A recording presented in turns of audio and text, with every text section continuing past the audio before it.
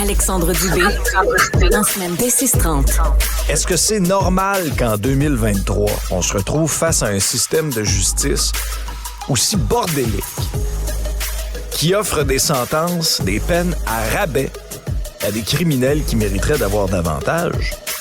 Moi, j'ai un sérieux problème avec ça. Alexandre Dubé, en balado au cuberadio.ca. Savoir et comprendre, Cube Radio.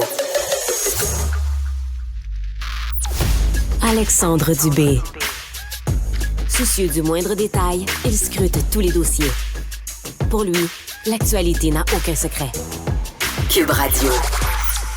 Le 11 novembre 2022, Simon Côté, 38 ans, s'est enlevé la vie après une profonde dépression, laissant derrière lui une petite fille de moins d'1 an et une famille aimante. Sa sœur, Cynthia Côté, a pris le temps d'écrire une lettre à l'occasion de la journée de prévention du suicide. Elle l'a partagée d'ailleurs sur les réseaux sociaux. Lorsque son frère s'est enlevé la vie, il n'a pas laissé de lettre. Alors, c'est après coup qu'elle a rédigé cette lettre qu'il aurait pu écrire. Je vais vous en lire un extrait. « J'espère que vous m'en voudrez pas. Je suis fatigué. Mais pas juste. Je suis écœuré, tanné, à bout. J'ai essayé. Christ que j'ai essayé. Mais je suis plus capable. De ces maudites pilules qui me gèlent le cerveau, j'ai plus le goût de rien. Tout est rendu tough. Aller travailler, prendre ma douche, s'occuper de ma maison, faire de la mécanique. Moi qui aimais tellement ça. » Cynthia Côté est avec nous. Bonjour, Cynthia. Bonjour, Alexandre. Pourquoi avoir écrit la lettre de suicide que votre frère n'a jamais laissée? Je pense qu'en cette journée de prévention du suicide de dimanche, j'avais envie de rejoindre différents publics. Puis tout d'abord, les gars comme mon frère. Tu sais, mon frère, c'est un gars de 38 ans qui travaille d'un garage avec des gars. Puis ça a l'air cliché, mais c'est un gars qui parle pas de ses émotions. C'est un gars qui gardait tout en dedans de lui. Fait que ça a été un choc pour nous parce que oui, il était en dépression, mais il était quand même fonctionnel. Il n'y a pas eu de signe avant-coureur pour nous qui aurait pu nous mettre la puce à l'oreille.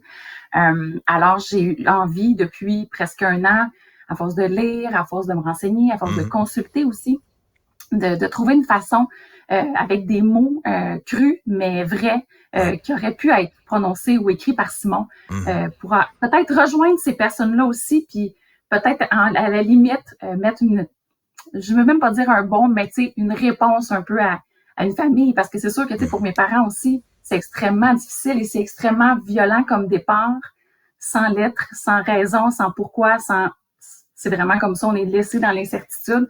Alors c'était surtout pour ça, puis je pense que des fois des mots chocs, si ça peut réveiller une personne, ça sera mission accomplie pour moi. Il vous avait laissé une chanson, laquelle? Imagine, de John Lennon. Et je pense qu'on sera plus jamais capable de l'écouter de la même façon, mais nous, ce qu'on en a compris, c'est qu'il voulait avoir la paix. C'est ça qu'il voulait, la paix qu'il n'a pas réussi à trouver ici. J'allais dire parmi nous, mais il était juste pas capable de la trouver, peu importe, je pense, qui aurait été autour de lui. Il voyait pas d'issue, puis c'est le geste qui a décidé. C'était son issue, sa solution, qui n'en est pas une, mais c'était la sienne.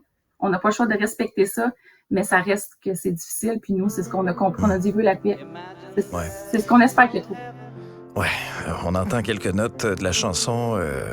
Cynthia, qu'est-ce qu'elle représente pour vous, après coup, presque 1 an plus tard?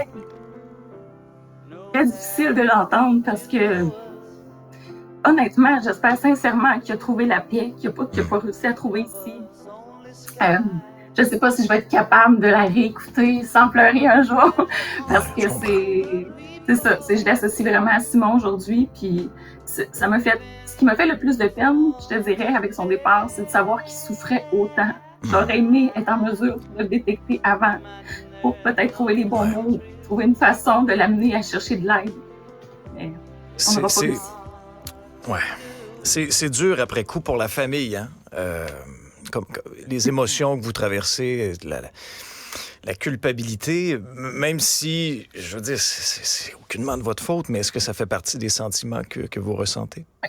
Ah, totalement. Puis je pense qu'inconsciemment, on cherche un coupable. Il y en a pas. Il y en a pas, tout simplement. Simon avec l'enquête du coroner et tout ça, ce qu'il nous expliquait, c'est que Simon, à force d'interviewer ses collègues, ses amis, sa famille, sa conjointe, il y avait les 3 qualificatifs, en fait, d'une personne qui va commettre un geste comme ça, c'est-à-dire qui est très orgueilleux, très impulsif et aussi très sensible. Donc, c'est quelqu'un qui n'a pas voulu mettre le genou à terre, qui n'a pas voulu demander de l'aide et qui, pour lui, préférait poser ce geste-là plutôt que de recommencer peut-être sa vie d'une autre façon ou d'essayer autre chose. Puis je pense, honnêtement, il a essayé pendant 2 ans. C'est quand même très long pour une dépression. Mais je pense qu'il aurait souhaité peut-être que ces pilules, ce soit des pilules miracles. Mais il y avait un gros travail de fond à faire avec ça aussi. C'était juste un pansement sur sa douleur. Il n'a pas voulu aller chercher cette aide-là. C'est sûr que, tu sais, je veux dire, c'est comme un alcoolique. Là, tu peux même l'amener dans une cure s'il veut pas cesser de boire. On peut pas faire le travail à sa place. Donc, il y avait un travail de fond qui devait être fait par lui, qu'il n'a pas voulu faire. Simon était nouvellement papa. Qu'est-ce qui se passe avec sa petite? Oui, moi je suis marraine de sa fille, très honorée de ça d'ailleurs. C'était son baptême là, quelques semaines avant son décès. Donc je pense que j'ai pris cette mission-là de pas de remplacer Simon, ça sera jamais possible, mais de garder vivant en fait Simon aux yeux de sa fille, qui le reconnaît encore là, quand il voit des photos et tout ça. J'essaie de préserver ça, mais je sais aussi qu'un jour ce sera le moment de lui expliquer qu'est-ce qui est arrivé. Et j'essaie vraiment de vivre au jour le jour et de pas trop appréhender l'avenir aussi, parce qu'il est fort possible qu'il y ait peut-être éventuellement une autre figure paternelle dans sa vie, puis ce sera bien correct aussi. Mais je pense que ça va être important quand même de lui parler de Simon. Fait que j'essaie d'accumuler un peu de souvenirs ici et là aussi, de lui faire un album, de lui en parler. Elle va avoir 2 ans, c'est un petit amour, puis je l'ai quand même régulièrement, là, presque en garde partagée. Là, je trouvais ça important qu'elle ait une place dans notre famille quand même. C'est ce qui nous reste de Simon aussi, puis on l'aime tellement. Oui. J'ai été très, très, très touché par l'histoire de votre famille. Je souhaite bon courage à tout le monde et je pense que plus on en parle, plus on va faire changer les choses. Merci beaucoup, Cynthia, d'avoir eu la générosité de nous raconter votre histoire. C'est un témoignage très touchant qui nous fait prendre conscience de l'importance de demander de l'aide, de ne pas avoir peur de le faire. D'ailleurs, je veux vous rappeler les numéros, les adresses, numéros de téléphone. C'est hyper, hyper important. Si vous souhaitez demander de l'aide, si vous vivez des difficultés présentement, 1-800 appel. Il y a des intervenants qui sont disponibles 24 heures sur 24, 7 jours sur 7.